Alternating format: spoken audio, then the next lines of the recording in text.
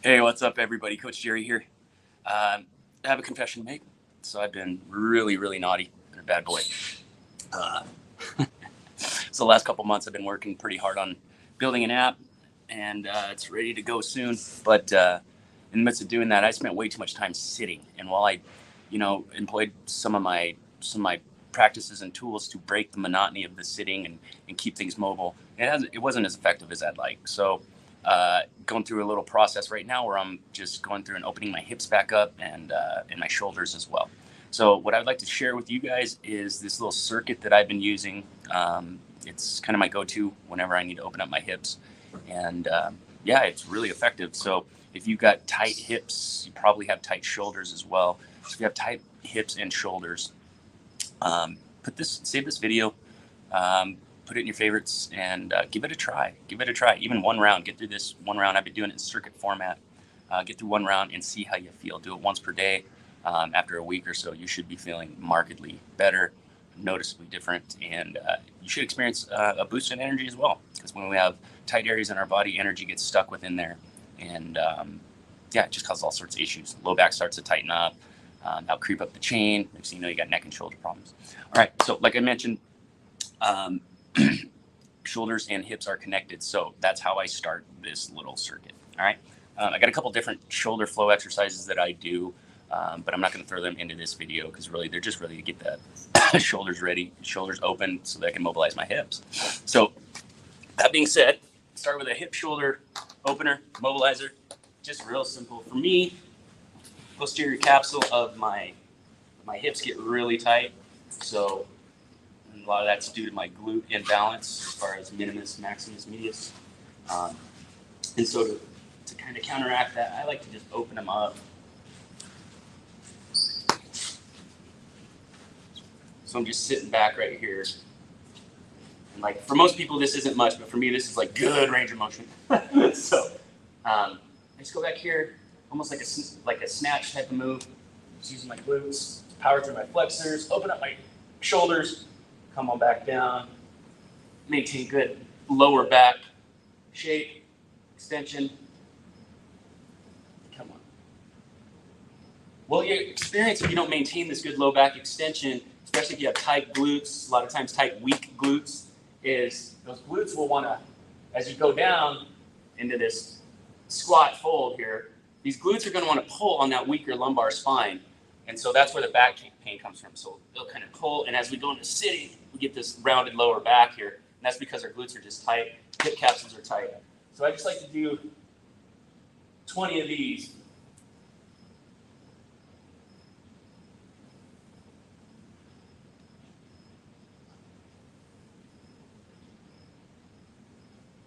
So a typical movement imbalance in this position here for people is tight and weak flexors and weak glutes, tight and weak glutes. So if you think about what that is we got tight, weak flexors, we come up to here, but our glutes can't power through it, and so we create this like stuck position here. This allows us to kind of free up those flexors, mobilize them, and turn the glutes on so they can power through the flexors and allow full extension within the hips. So you get 20 of those or so, you're warmed up, you're ready to rock. Then I start with isolation movements and we move to integration. So what we're going to do here is we're going to work on internal hip rotation. Work 90 degrees, both our legs. Slide this right under. And then here what I want to do is I want to make this move with my glute. I don't want to be cranking on my knee.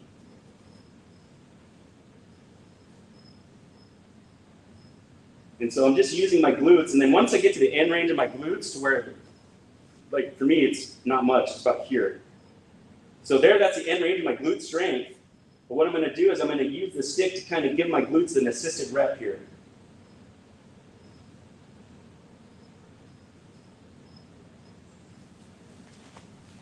Do that 20 times each side.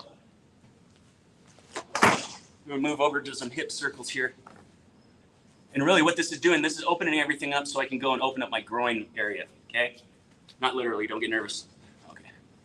So really, what I'm attempting to do is just have as much length in my leg as I can.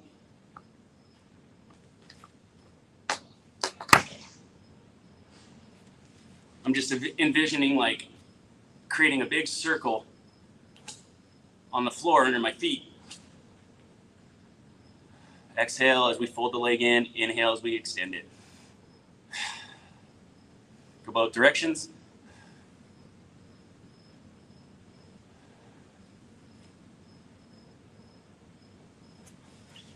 This side.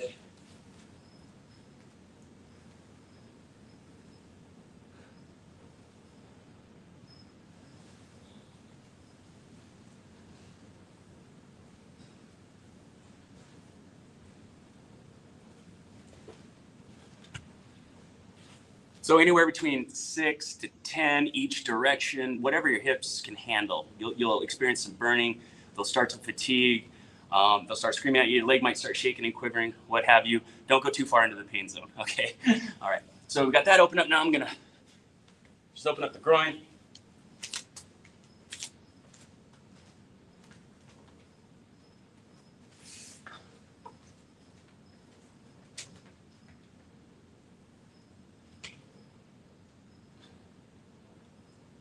And here I'm just thinking, if you're tight, you're probably going to have low range of motion. At the start of the stretch, you might be going out towards your toes like this.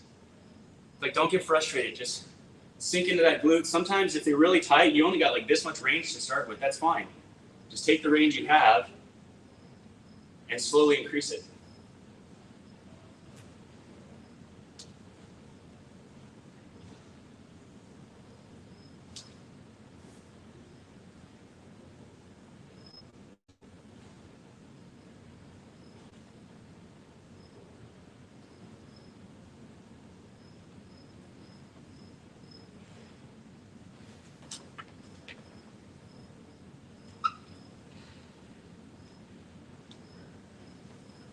You're going to work those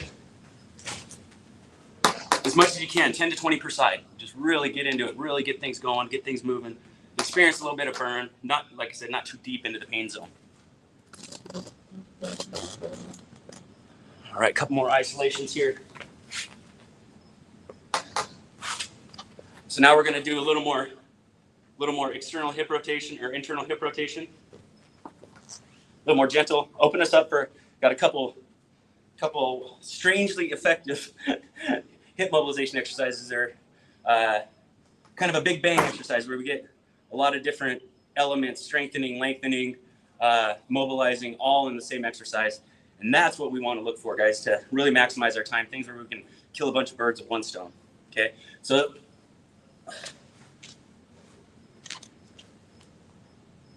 I'm keeping my shoulders on the ground.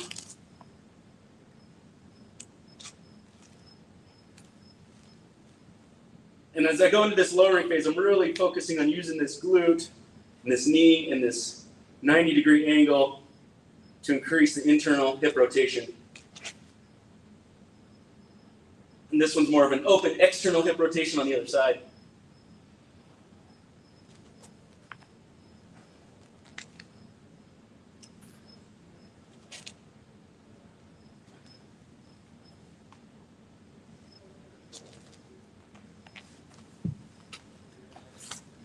Again, about 20 times on both sides until things start to open up and feel really good. Get a couple more hip rocks here. Let's get things loosened up. So if you're like me, if you got like tight posterior hip capsules in general, tight groin area in general, tight glutes, you're probably going to experience, perceived quad tightness, some knee pain, maybe some instability in your active gait patterning. If you do running or any kind of athletic events, you might find that it's more difficult for you to move from side to side. Front to back's good, but side to side's difficult for you, things like that. If that's the case for you, that's just an imbalance that you can correct. And the best way to find your imbalances, guys, is just doing this stuff. You're just moving. Pay attention to those stuck spots. You don't need some trainer to tell you that this is tight. You don't need a physical therapist or a chiropractor to tell you where you're tight or where you need to mobilize. None of those people are tuned into your body. Okay. All right. So there's two more for glutes that I use, and I don't generally throw them in my hip circuit, but I'm going to show them to you because they're a very effective glute exercise. So save this for glute day. All right. So those two exercises are the clamshell, which we have actually a different version of the clamshell, but I like to throw the clamshells in because you get a lot more repetitions than the version I'm going to show you. So these are just putting our hands together. Apologize for the butt at the camera angle. All right. We're just going to open up our hips here. Oh, look at that groin tightness. Woo. And like for me, I can tell when shit ain't happening right. This one right here, what I'll notice is like it won't even feel like my glutes are turning on because the tightness of the groin is so overpowering the move that the glutes just are like not even, I can't even get the glutes engaged. But they're pretty good this morning because I've been doing this for the last week or so. But you want to do a bunch of these. Like if you can get up to 50 or so, that's great. For me personally, kind of my personal goal is 20, 25 reps where I'm actually feeling the glute do something. And then as you feel the glutes turn on, that'll override the groin tightness will subside, and you can start opening up more.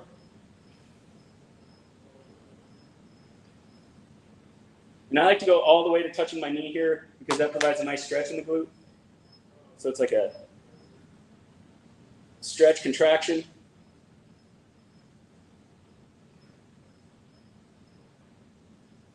And that stretch contraction rebounding effect, that's really good for overall mobility and athleticism.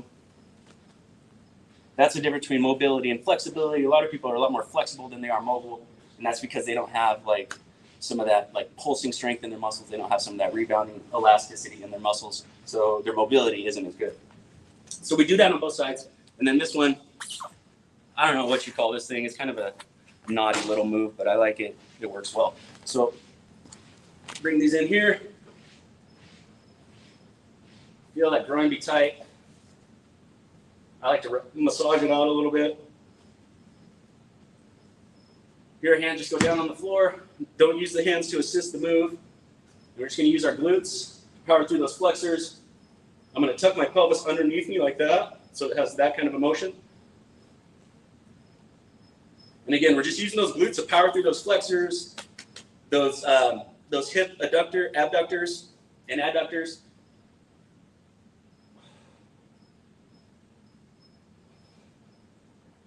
But as you can tell in my overall balance profile, my abduction and my adduction are not in balance, right? So I have a lot more strength and muscle tension in the closing of the legs.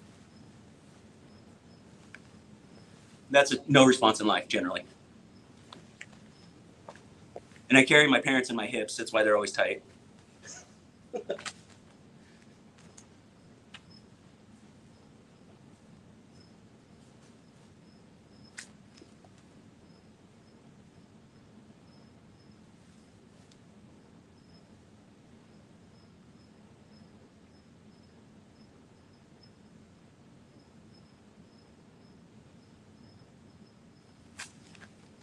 So again, we're doing that like 20 times. Again, I apologize for that angle.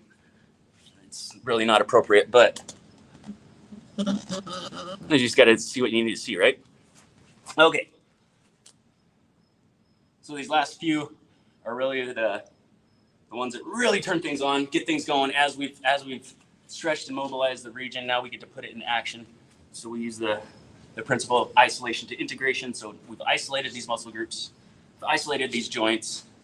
Now we're going to integrate them into movement.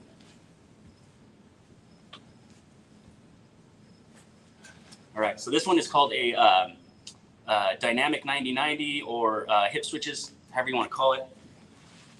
But really the move, starting this 90-90 stretch here. Again, more of this internal hip rotation here. Oh, it's a good one for me. I can actually feel it. It's so tight, I can feel it when I do this, pulling on like, maybe like T10 or something, my thoracic spine. So again, that's how these hips really affect your back pain too. All right, so we go from here and we're just gonna switch hips. Like so. Now what we're really doing here is this is like a double exercise. So this is a hip flexor mobilizer and strengthener. right? So the first part of the move is I'm bringing this back hip up, using my flexors to place it over that leg. And then I'm bringing this other leg back, setting it at a 90-degree angle. And then that move right there, where I get into internal hip rotation, set her back up. So that's the other part of the move. So it's a double move, like I said. Here to here. Looks like that.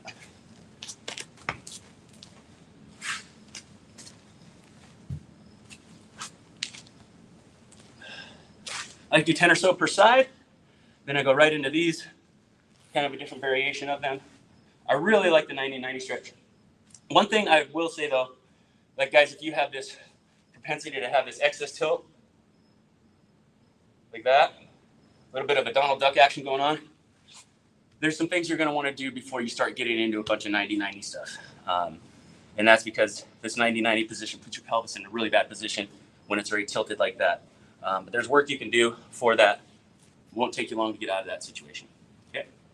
All right. Now, some of you might have strength or mobility issues that make these not safe for you. If that's you, obviously don't do these. But if you're looking for some kind of ways to progress to these types of more aggressive mobilizations, just DM me. I'll hook you up with something. Okay.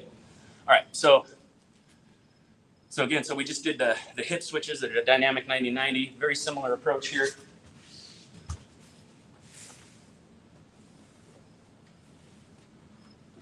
All right.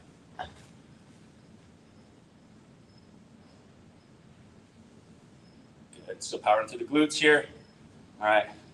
So we're going to start on both knees. We're just going to turn side, set ourselves in a 90-90. I'm going to use this leg to power up. Okay, and get back up to here, instead of 90-90 the other side. If you haven't heard of 90-90, you call it 90-90 because both legs are at 90-degree angle when you get in the stretch. Okay, again, using my glutes, power up. So this is kind of a closed chain version of those clamshells that I showed you earlier. These guys. And what does closed chain mean? Closed chain means that my glutes, my leg, this exercise is pushing against the ground, whereas this one is pushing against the air. Okay, so basically what that means is this leg cannot overcome the force of the ground. In other words, I can't push the earth away from me, so it has to move the body to get what it needs done. Where this one, open chain, I can easily overcome the force of the air. Why that's important? Well, whenever you're using these muscles for something like this, or something like this, it's always in a closed chain environment. So I recommend, do open chain stuff to get you up to a point to where you can do the closed chain activity well. But once you can do the closed chain activity, do it closed chain. Okay, and that's because it mimics your natural environment.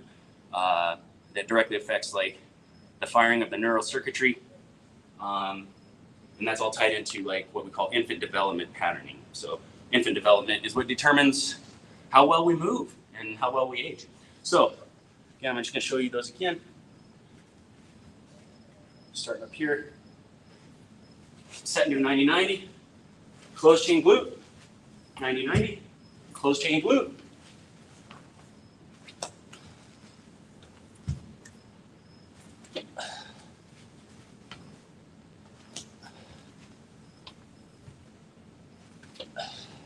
And I'll know when I've successfully rehabbed that movement when I don't need my hands to help me with the 90-90. I'm a good week away at least. All right, guys. That's it. You throw those into your routine, daily, multiple times per day. If you do them twice a day, that'd be great, in the morning and at evening time. But yeah, it's real important to take care of your hips. If you don't take care of your hips, it's going to affect your knees. It's going to affect your low back. It's going to affect, and that'll travel up the chain. But it'll affect your entire body. Whatever happens at the pelvis affects the entire body. And if our pelvis isn't stable and mobile, that's just going to travel up and down the chain until it finds a segment that's weak, and it will create excess mobility in that segment and eventually injury. And that's where a lot of these shoulder issues come from, knee issues, ankle issues, all sorts of stuff. Generally towards, you can point that towards tight hips, tight shoulders, possibly inverted breathing. Then we got to go into stress, mental resilience, all that. It all ties in. But for the sake of today, that's a good way to mobilize the hips. You can get in and out really quick. You can get through that whole entire circuit in 5 minutes. And then you're ready to rock. All right, guys, if you have any comments or questions, leave them down in the comments below, or you can reach out to me on DM. Until then, have a wonderful day. Peace, much love, and live well.